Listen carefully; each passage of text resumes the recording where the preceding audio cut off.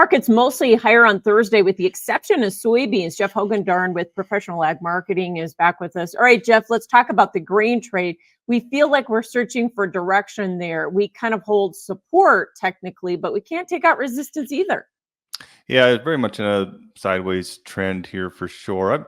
I've been a little bit impressed with the corn here, Michelle. I mean, we've taken all of our gains back from that what I thought was a pretty bullish report, I guess, last week.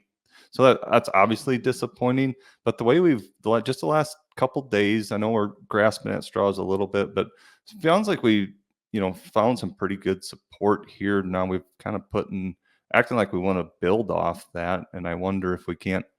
I don't know if we can quite get back towards the top end of the range even. I'm a little bit concerned here going forward, going into next week. How much planning progress are we going to start to see? I think we're going to start to see some the way the forecast looks. And I'm afraid that's going to be a bit on the negative side as we move into kind of our growing season here, Michelle. Jeff, in your mind, is weather the only thing that could pop this grain market?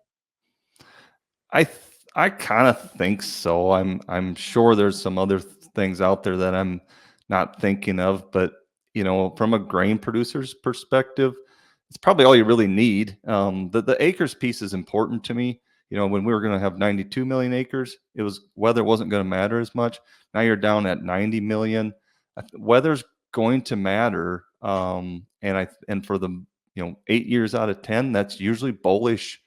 Between April, May, and June and into July. So I think we can really look for some opportunities to get some decent rallies here. So you're looking for those weather pops to do some marketing, and what percentage should farmers be doing on those pops? So I think you got to get started in the upper fours. You got to make some good progress in the $5 range, but I think you can have your sights set on that 5.25, 540 type areas.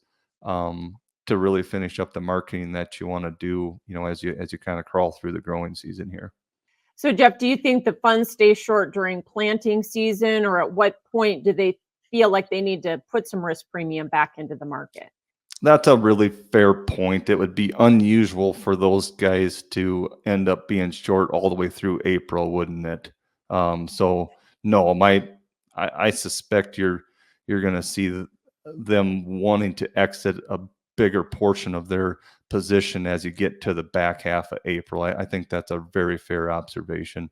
Did soybeans maybe see just a little bit of a uphill battle because of the weekly exports, or what was going on there? Yeah, I think so. It's a little bit of lack of other news to talk about, right? So we come out with a weekly export report. It was pretty small, no doubt about it. But kind of close to the expectations at least. But the story is just we just don't have a lot of bullish stuff going on right now, especially for the soybeans. We're still kind of working through that Brazilian crop. I know they're finishing up their harvest tail end of it here, so that's a little bit on the market's mind, I think. And then, followed up with some weaker demand stats here on this morning's report. Just makes it a tough battle for the soybeans right now. Cattle market did see a bit of a recovery rally on Thursday. Do you think that's all we get is one-day recovery rallies here amid all this news about HPAI? Well, your biggest issue with the cattle, I think, is the money flow piece of it. So we had the money flow on our side, really since we put a bottom in back in December there, where it was just hard to shake up this market. Clearly, in my mind, they've changed their mind and want to be out for a while.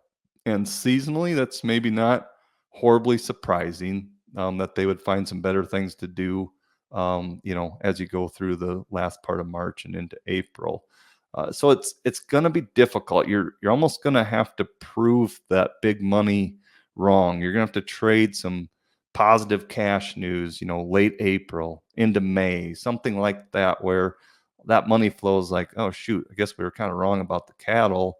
Maybe we better go over there and get back into it and kind of counter seasonally, see if we can push that thing higher. So, I think it's going to be a struggle. Anything can happen in this kind of a market, right? I wouldn't be terribly shocked to see a big move higher at some point, but it's going to be a struggle. They just don't have a lot of buy interest in that market right now. Yeah, you have to get some confidence back in the market, obviously. But Well said. ca- cash trade has not necessarily taken the negative hit in the cattle that we've seen in the futures, and futures are at a discount. At what point does that become supportive? I think it goes back to your confidence question here or comment. I think you're going to hold April at a big discount to the cash trade, maybe right up into the last week or maybe the last few days of the delivery period. To be quite honest with you, it's and especially as long as I'm very impressed with the cash trade. Don't get me wrong. I think the feedlots negotiating are doing an excellent job in the face of this disaster on the futures, and to only lose a couple bucks a week on the cash trade, that's great. Um, but you are losing a couple bucks on the cash trade every week. So the futures aren't going to have a problem. Just go ahead and price that into every week until expiration. Then April futures isn't too far off. So I'm afraid that is the mentality of the market. Like we're going to keep eroding lower, and the futures are going to be able to hold that discount for pretty strongly. I wouldn't be surprised at all. So hogs, boy, they have looked great on a chart. You've got new contract highs in the June on back here this week, and the funds have actually been buying here in the face of HPAI. Can that market keep going though? We have been able to print some higher values than this the past few years. And that's about my only argument for higher hog prices. Otherwise, I think they're plenty high. But each of the last few years, we've had some period of time where we've been in that, don't quote me, but I think we've hit $110 or awful close to it each of the years. And I know, 2021, for an example, they're quite a bit higher than that. So yes, it can push to those type of levels. And it just amazes me that the money wanted to come out of the cattle this past couple weeks and into the hogs. I would just absolutely not see that coming in the face of a flu type of scare, if I can call it that. The hogs have been wrecked before. If you think back to 2009, with the H1N1 at that time, they've had a history of getting beat up here. And so I'm just really surprised that the funds want to be in this market with that sort of stuff going on out there. I think it's, largely from a seasonal perspective. I got to believe they want to be long some protein. And, seasonally, the hogs like to go up from April into June. I got to believe they're just sitting back looking at that saying, yes, not a bad place to put our money. You don't think this is demand? I mean, exports have been really good.